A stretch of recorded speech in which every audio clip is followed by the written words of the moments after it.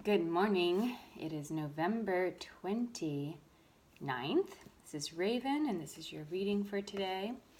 And this one is going to be a crystal channeled kind of crystal communication reading. Emerald. Beautiful, humble emerald. You know, this is obviously the crystal store variety, not the a precious gem quality. God, I would be really interested to see what that one felt like. But yeah, as crystal store crystals, it's actually one of the more humble ones, but it is so powerful. I've always gotten a really strong feeling from this stone, and it's actually, I often put it on the third eye and just kind of go straight for the higher chakras from there, or from the heart up. It's a green stone, so we definitely think of it as a heart chakra stone. And my experience with it today was just that. Went straight to the heart and actually did some clearing and cleansing and pulling out and healing and protecting. And I've heard of this as a protective stone, and maybe that's what they mean, because yeah, it definitely felt like guardian angel style, really, I don't know, just really higher chakra and higher vibration kind of feeling.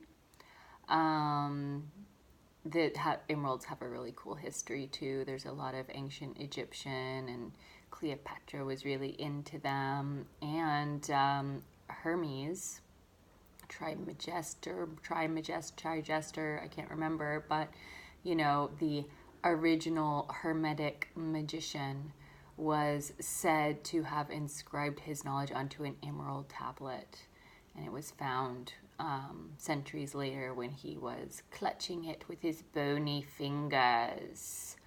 So I think what that tells us is just that it is a very protective stone, and there is a lot of sort of wisdom channeled through it. That is one of the cooler crystal stories, I think, considering how all that played out. So yes, this is what we have for it: the Three of Cups and the Six of Air, Three of Water, Six of Air being the Six of Swords, and the Star. So I'm just leaving it up to Emerald to tell us what more about herself. So the Three of Water. This is the Three of Cups. This is a much different depiction than the one we're used to. We're used to the three women holding up cups and dancing, and this is just sort of like a lonely mermaid getting into her pearls and things. Joy, a lot of joy in either one. But I'm going to stick with the traditional because they're so community oriented, and it really has to do with friendship and communion. That said, there's no mistake that there's this really ethereal feeling here in the card that I chose. And so it's sort of they even kind of look like they go together, this emerald. That's ethereal emerald. Emeralds are super ethereal. And, yay, there's helicopters outside. Sorry. It's Los Angeles. There's going to be helicopters outside sometimes.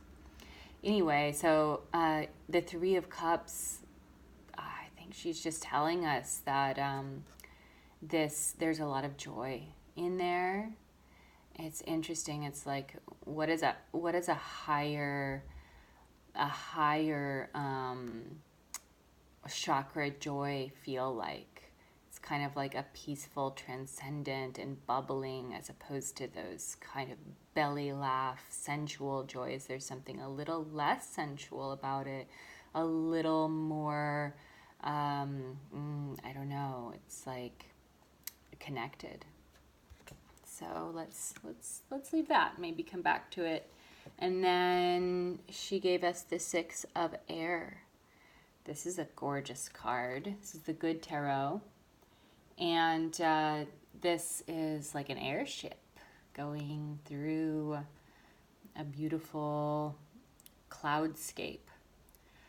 So in the traditional image, it is the boat going across water with what looks like sort of a wounded passenger too, and a ferryman moving them across. The ferryman is a very evocative image of a psychopomp being the person who ferries or who transports, guides the soul from one place to another. So this is soul transition, this card. Another aspect of this Six of Swords is the kind of feeling of recovery in that, of recovering after challenges and even recovering the challenges themselves, getting to know what it is that wounded you as you make the transition from one shore to another. Emerald, I feel that the aspect of that Six of Swords that Emerald is calling forth is the one of soul transition, which is definitely still connected to healing from the challenges from one lifetime to another. Ship of Air. This definitely looks like a sunny card as opposed to this sort of difficult card of the Six of Swords. I just want to also say about the Six of Swords, it has to do with interdependence as well.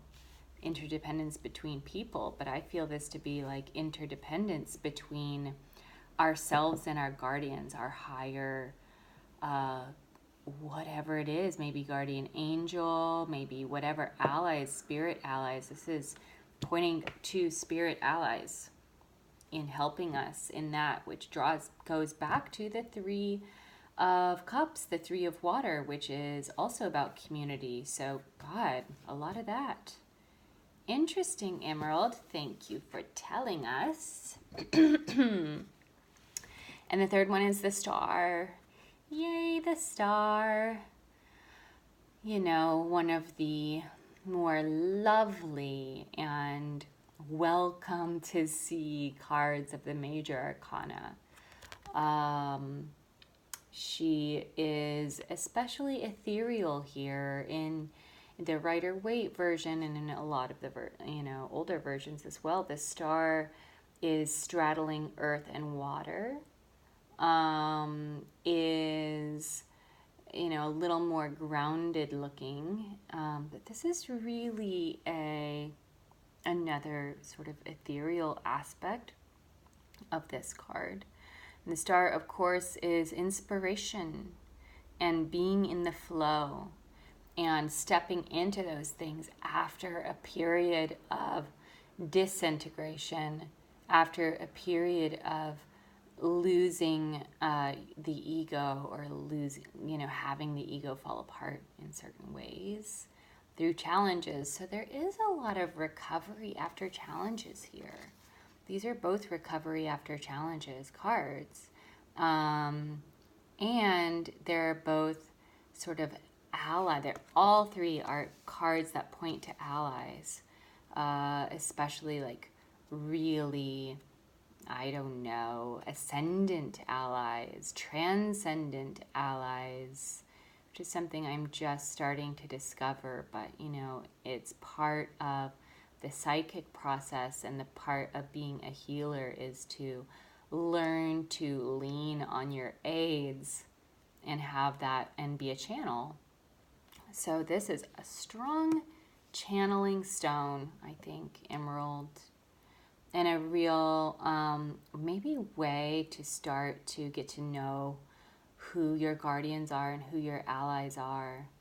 Golly gee, I want to work with this guy more. Hello, Emerald. Beautiful, beautiful.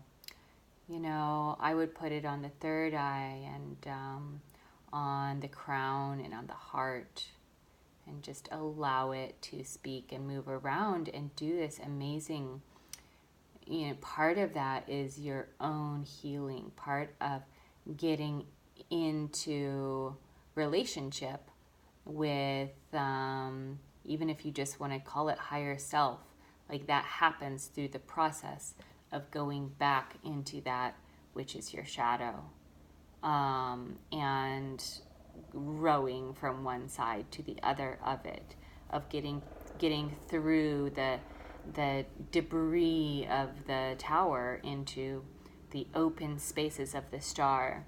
And all of these are really sort of inter-reliance. And this is just saying that, hey, this emerald is just saying that, hey, I'm an ally.